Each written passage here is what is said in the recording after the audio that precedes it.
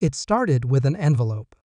A plain white one, tucked under my doormat, stamped with the familiar letters that every homeowner in my neighborhood dreaded: HOA notice of violation. At first, I thought it was another general reminder about lawn maintenance or trash bins. But when I unfolded that letter, I felt my stomach drop. They were fining me for my fence. Now, my fence wasn't anything outrageous. It wasn't neon green or 10 feet tall. It was a simple cedar privacy fence, built to code, approved by the previous board 3 years ago. I'd even kept the paperwork, every signature, every permit, every inspection note. But according to this letter, my fence was now non-compliant with updated HOA visual uniformity standards. Whatever that meant. At the bottom of the letter, in bold, was the signature that made me laugh and groan at the same time. Karen Whitmore, HOA President. If you've ever lived under an HOA, you already know what kind of person a Karen is in that world. She's the self-appointed guardian of property values. The woman who measures grass height with a ruler and calls emergency meetings over mailbox paint tones. And somehow, I had become her next target. I walked outside that morning, letter in hand, and stared at my fence. It looked perfectly fine: straight panels, matching stain, sturdy posts. My neighbor, Jim, was mowing his lawn next door and saw my face. "Let me guess," he shouted over the mower. "Karen?" "Karen," I confirmed. He just nodded like a war veteran recognizing another survivor. "She got me last year for my wind chimes," he said. I went back inside, set the notice on the kitchen counter, and read it again. $250 fine. 30 days to comply. Threat of additional penalties. And that's when something clicked. I wasn't just irritated. I was amused. Because what Karen didn't know, what made this whole thing so ironic, was that I wasn't just another HOA resident. Years ago, before she ever moved into the neighborhood, before she ever got her shiny clipboard and self-importance, I had been part of the original HOA committee. In fact, I was the one who had written the very rule book she was now using against me. And let's just say I knew those rules better than anyone. If you've never lived under an HO, let me paint you a picture. If your garbage can was visible for more than an hour after pickup warning letter, if your lawn was 2 shades darker than approved green warning letter, if your Christmas lights stayed up until January 3, you guessed it, warning letter. It was a dictatorship disguised as community improvement. I used to chuckle when I'd see her making rounds. Neighbors whispered about her like she was some mythical beast. You could hear garage doors quietly closing the moment she stepped outside. But for me, it wasn't personal. I figured as long as I kept my property clean and my fence upright, I'd be left alone. Then came the fence reform. During one of her infamous board meetings, Karen introduced a new initiative to standardize the community's visual harmony. She claimed that too many homeowners had built non-conforming fences, ruining the aesthetic appeal of the neighborhood. Her words, not mine. Most people didn't care. They tuned out or didn't show up. That's how she operated, pass rules when no one was paying attention. Fast forward a few months later, and I get that letter. Apparently, my cedar fence, the one I'd installed with official approval, now violated her new uniformity guideline. She decided only white vinyl fencing would be allowed from now on. Never mind that half the neighborhood had wood. Never mind that mine was grandfathered in. This wasn't about rules. It was about power. Karen wanted control, and nothing made her feel more powerful than issuing fines and citations like she was judge, jury, and executioner. But what she didn't realize was that I was watching, quietly, patiently. I attended her meetings, smiled politely, and kept every single notice she sent me. I didn't argue. I didn't send an angry email. Because unlike everyone else, I understood the fine print, literally. See, When I wrote those original HOA bylaws years ago, I made sure they included one very specific clause: any rule or amendment shall not retroactively apply to structures approved under prior versions of the HOA guidelines. In plain English, if something was approved before the new rule existed, it's protected, period. Karen didn't know that clause existed because, well, she didn't write it. I did. And as she kept piling on fines, smugly announcing her visual harmony agenda, I realized something. This wasn't just about my fence anymore. It was about teaching Karen a lesson in humility. Because there's nothing more satisfying than watching someone build their own trap, one clause, one meeting, one arrogant speech at a time. And soon enough, she'd walk right into it. A neat, official-looking envelope slipped under my door one Friday morning. The letterhead was unmistakable: HO, a compliance committee. And in bold, stamped letters across the top, notice a violation: non-conforming fence material. I almost laughed. According to the letter, I owed $250 for failing to comply with the new uniform fence standards. The deadline? 10 days. Failure to pay would result in additional fines and potential legal action. Classic Karen. I could almost picture her smirking as she printed it out, imagining me panicking over her little power play. I set the letter down, took a sip of coffee, and smiled. She had no idea who she was dealing with. Still, I played it cool. I didn't storm into her office or send angry emails. That's what she expected: outrage, resistance, drama. The kind of chaos she could feed on to justify her authority. Instead, I quietly began gathering everything. My original fence approval document from 8 years ago, the signed permit from the HOA's architectural committee, back when I chaired it, the original bylaws, the ones I had personally drafted and filed with the county. I made copies of everything. Meanwhile, the letters kept coming. It became almost comedic. She was running a one-woman crusade against a wooden fence, as if my backyard was the greatest threat to civilization. Neighbors started whispering. "Karen's after you now," one of them said while mowing his lawn. I just shrugged. She'll regret it soon enough. Because here's the thing about rules: they're powerful only when you understand them better than the person enforcing them. And I did. The room went silent. Everyone knew what was coming: another one of her public lectures. I stayed calm. "Actually, I've read every one of your letters carefully," I said. "And I brought some documents you might find enlightening." I placed a folder on the table and opened it slowly. Inside, my original fence approval, the HOA permit, and a highlighted section of the bylaws. Her eyes flicked down, scanning the page.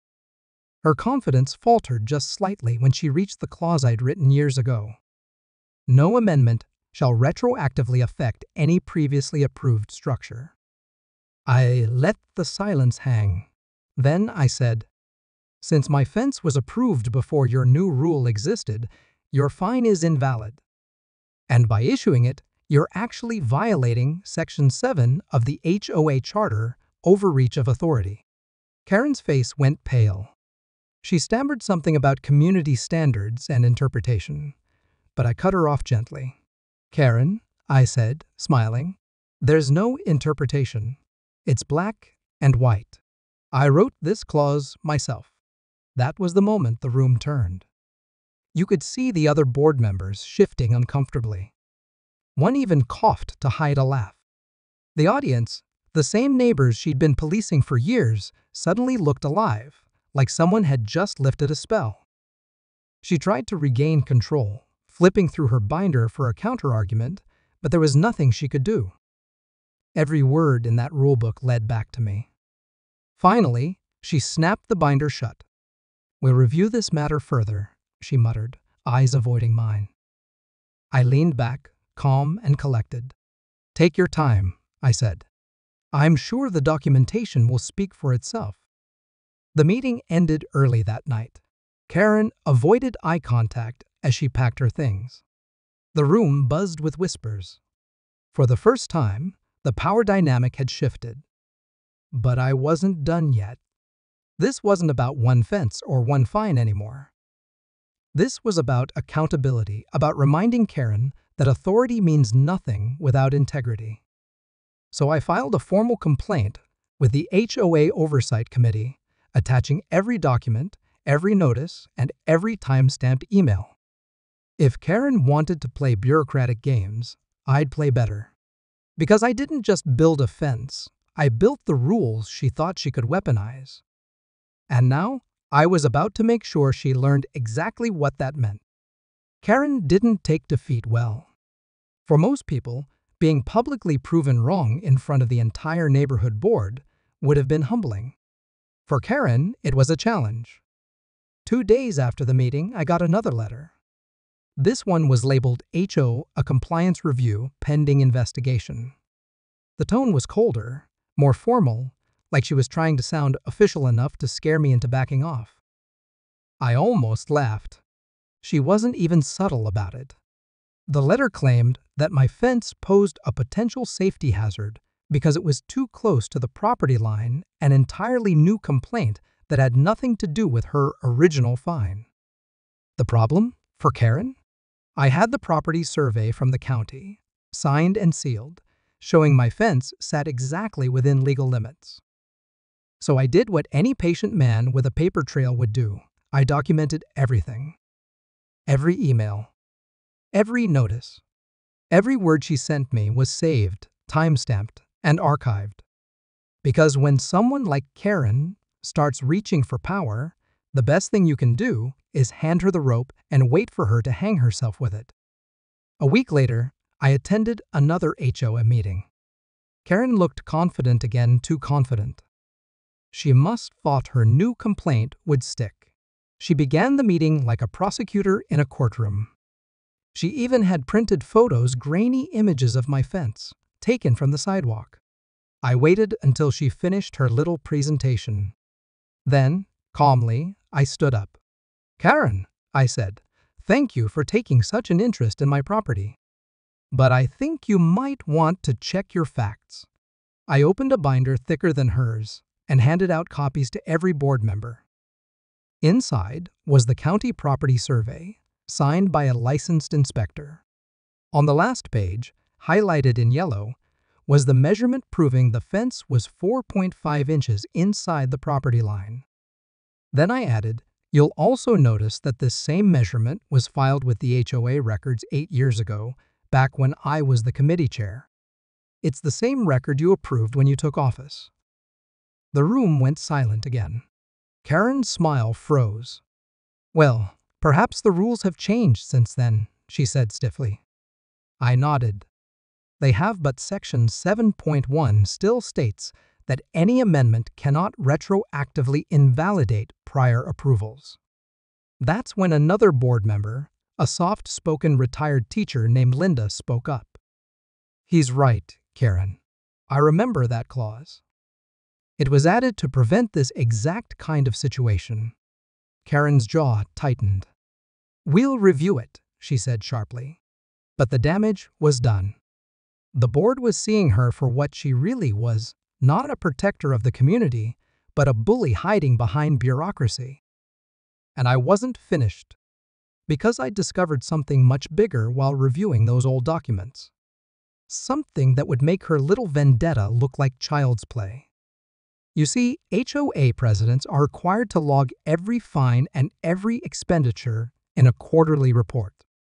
It's a boring detail most residents ignore, but I didn't. When I compared the HOA's latest public report with the official filing from last year, the numbers didn't match. Several administrative expenses had been marked as miscellaneous, totaling over $3,000. Guess whose signature was on those disbursements? Karen's. So I did what she'd been doing to me all along. I filed a formal violation report. Except mine wasn't for offense. It was for financial misconduct.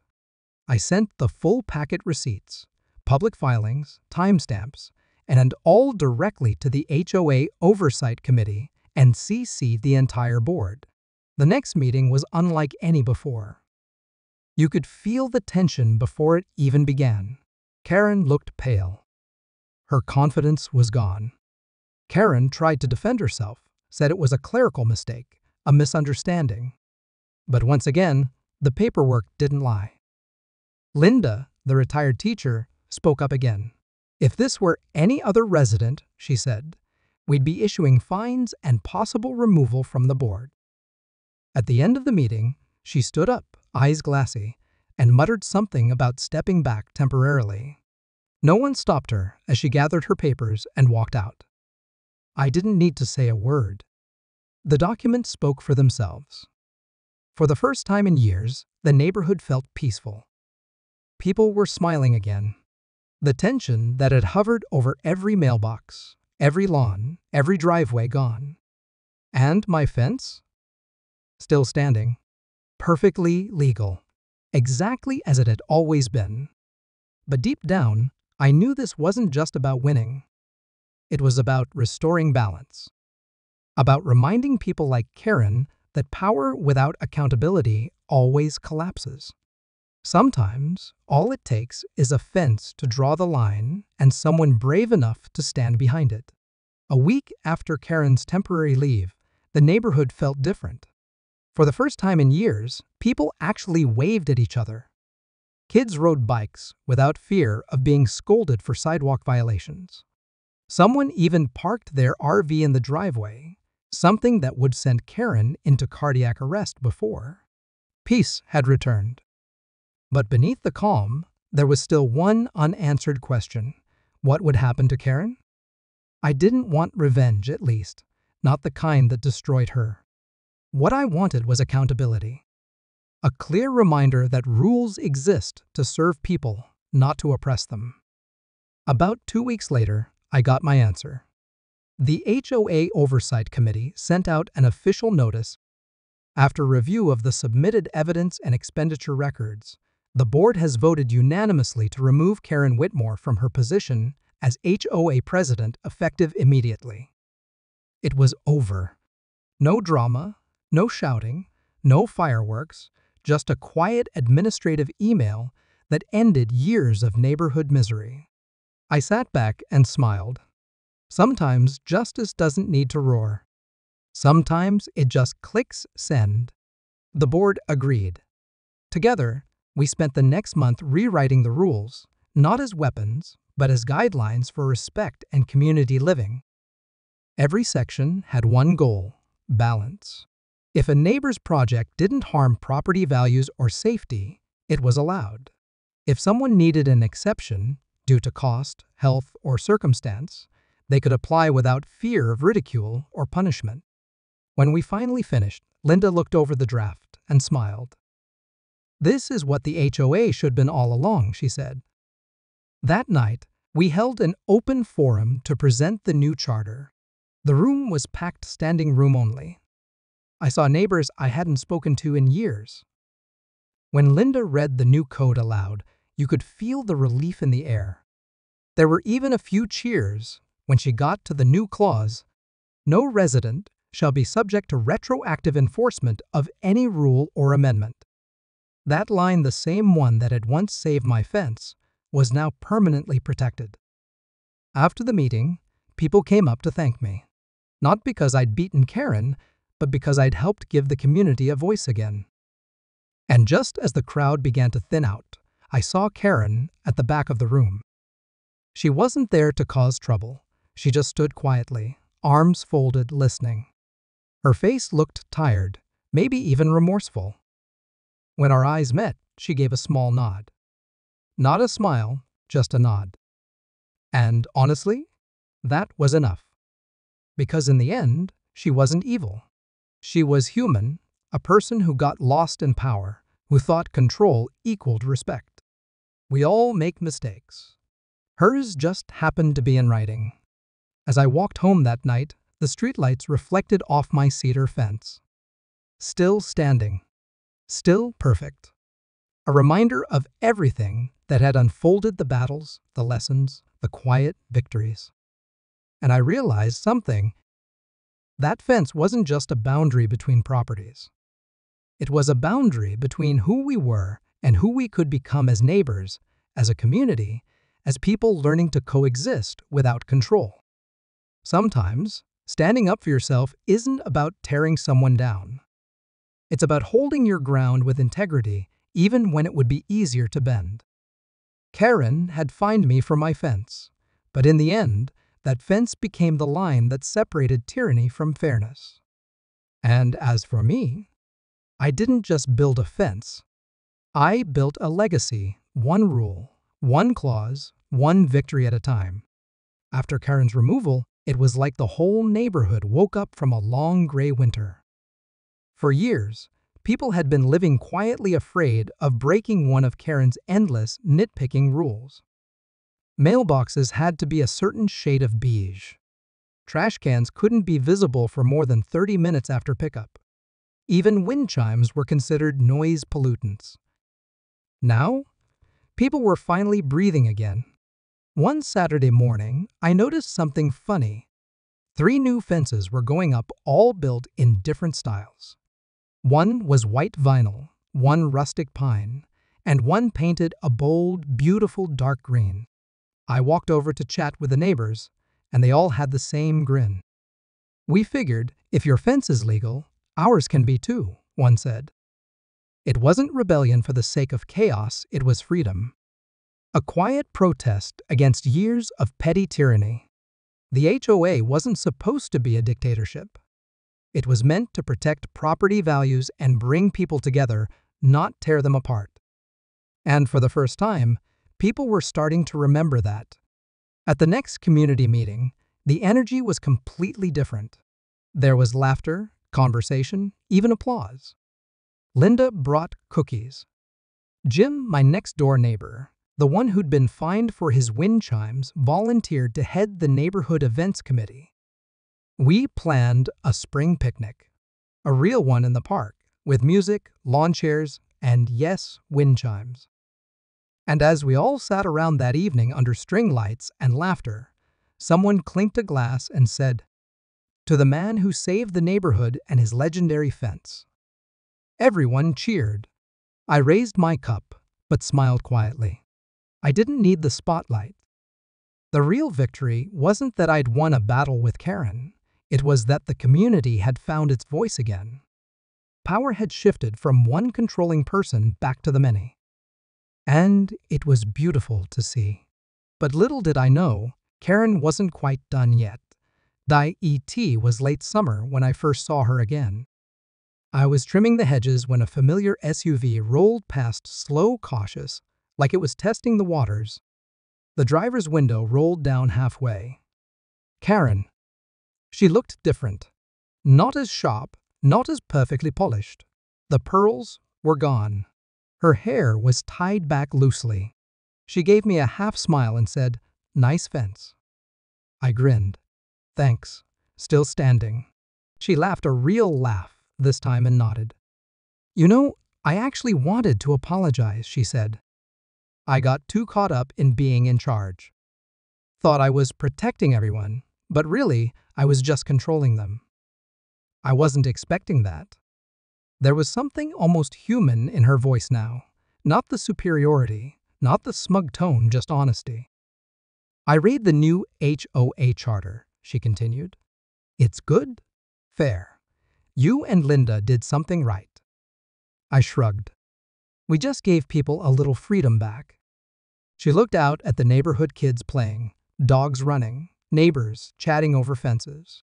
"I used to think order was what made this place valuable," she said quietly. "Turns out, it was the people all along."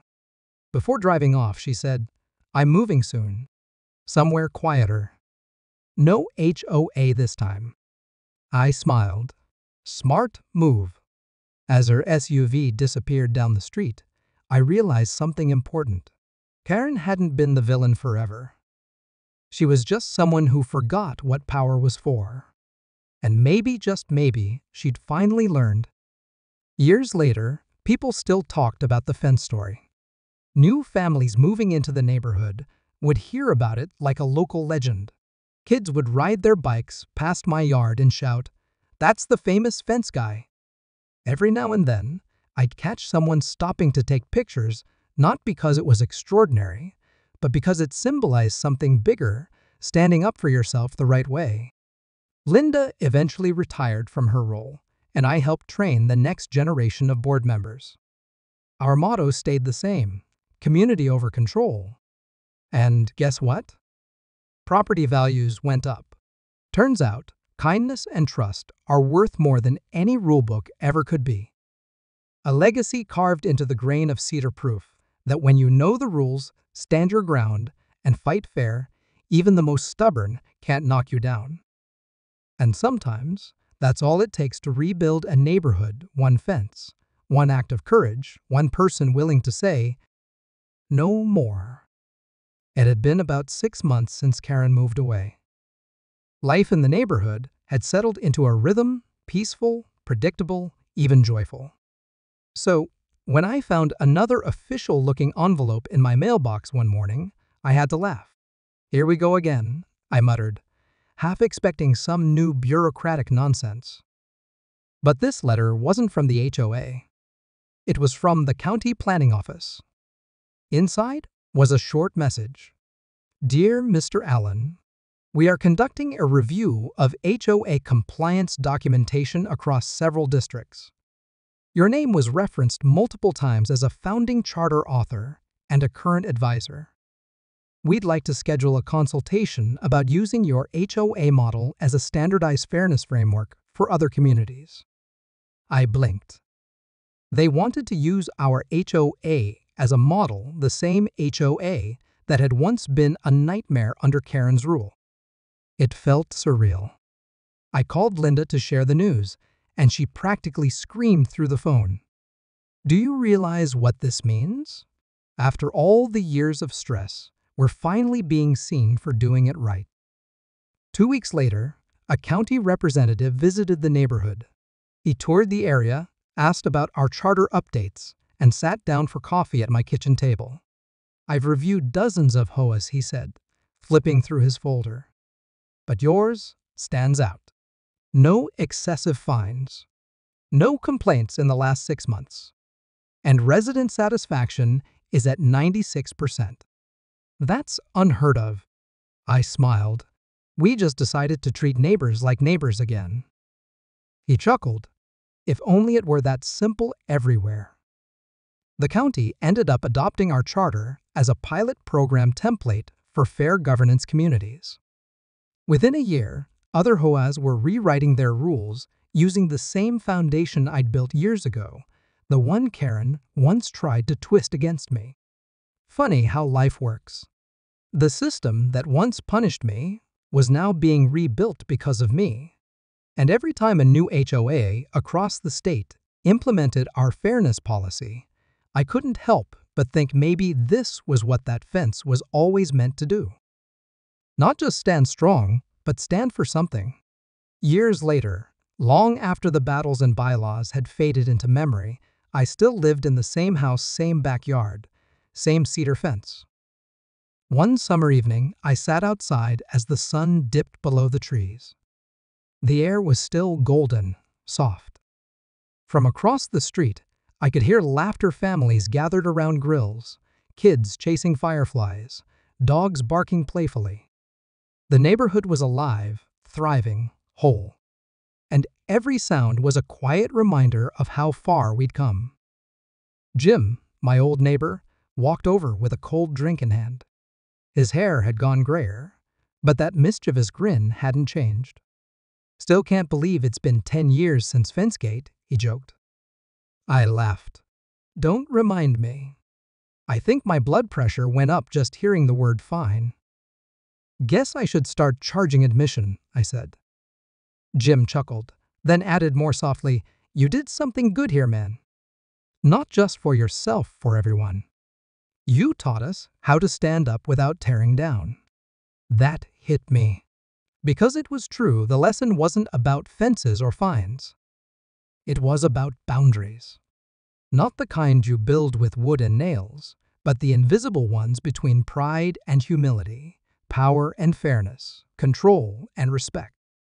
Karen had once crossed every line trying to control others.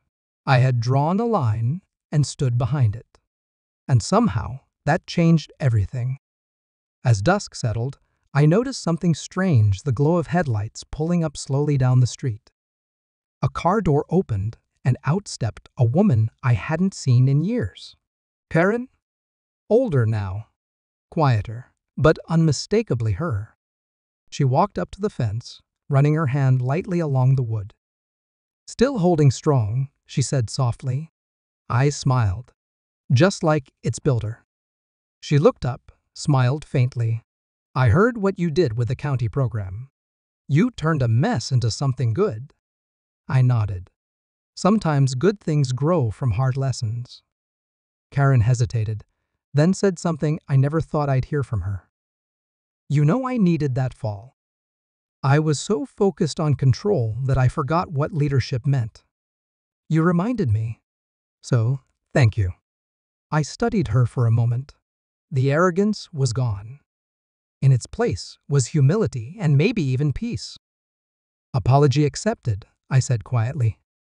She smiled, nodded once, and walked away, disappearing into the evening light. I stood there a moment longer, hand resting on the fence post. That fence had seen everything: conflict, pride, justice, redemption. And now, forgiveness. As the sky turned a deep shade of amber, I realized something profound. Not every battle needs to be loud. Not every victory needs applause. Sometimes, the most powerful message you can send is just standing your ground with quiet dignity. And that's exactly what I did every day, behind that same fence, in the same home, surrounded by a neighborhood that finally remembered what it meant to be a community. Because sometimes, a simple fence isn't just the end of a story. It's the beginning of something better.